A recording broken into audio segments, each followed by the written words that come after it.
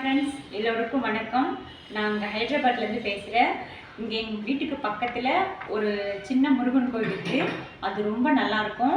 அந்த முருகன் கோயிலுக்கு தான் நான் உங்களுக்கு காட்ட போகிறேன். இது என்னுடைய முதல் வீடியோ. அந்த முருகன் கோயில் எப்படி சொல்கிறதுனா, அது ரொம்ப சின்ன கோவில் தான். பெருசாக கூட்டம்லாம் எதுவும் இருக்காது. ஆனால் அந்த இடம் ரொம்ப அமைதியாக அழகாக இருக்கும் பார்க்குறதுக்கு. இந்த வீடியோவில் நீங்கள் அந்த முருகன் கோயில் தான் பார்க்க போகிறீங்க. உங்களுக்கும் கண்டிப்பாக அந்த முருகன் கோயில் பிடிக்கும். வாங்க போய் பார்க்கலாம். வணக்கம் ஃப்ரெண்ட்ஸ், என் பேர் ராஜலக்ஷ்மி. நான் முதல்ல அந்த வீடியோவில் சொல்ல மறந்துட்டேன். நான் சொன்ன அந்த முருகன் கோவில் இதுதான். இது வந்து ஒரு மலை மேலே இருக்கிற ஒரு முருகன் கோவில் தான். இந்த கோவில் மட்டும் இல்லை, இன்னும் இதில் சிவன் கோவில் இருக்குது, ஆஞ்சநேயர் கோவில் இருக்குது, அங்காளம்மன் கோவில் எல்லாமே இதில் இருக்குது. நான் அதை ஒரு நாள் வேறு ஒரு முழு வீடியோவை நான் உங்களுக்கு காட்டுறேன்.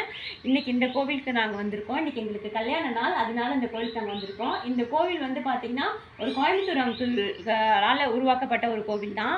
அவர் தமிழால் தான். கிட்டத்தட்ட 40 வருஷத்துக்கு முன்னாடிலேருந்தே அவர் இங்கே தான் இருந்துகிட்ருக்காரு. இங்கே தெலுங்கானா மக்களுக்கு இந்த கோவில் இருக்கிறது, தெலுங்கானா தமிழ் மக்களுக்கு இந்த கோவில் இருக்கிறது அந்த அளவுக்கு தெரியாது போல். நிறைய கூட்டமே இங்கே இருக்கவே இருக்காது, ரொம்ப கம்மியாக தான் இருக்கும்.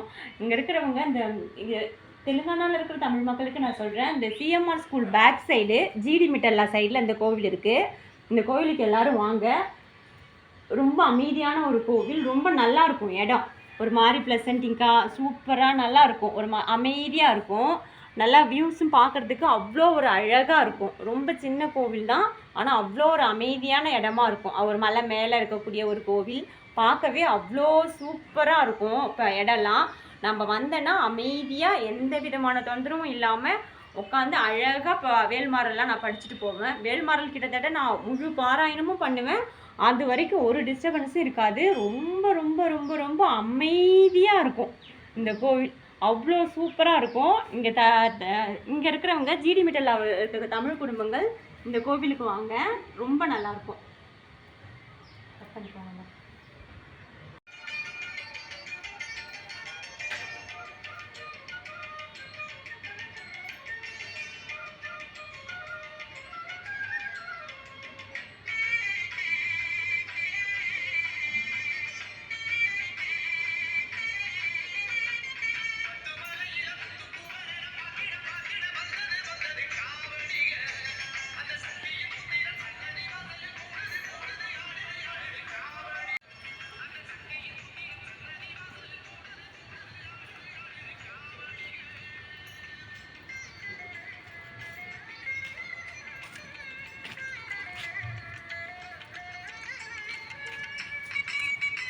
அப்படியே நாகாம கட்டி போட்டா இருக்கு.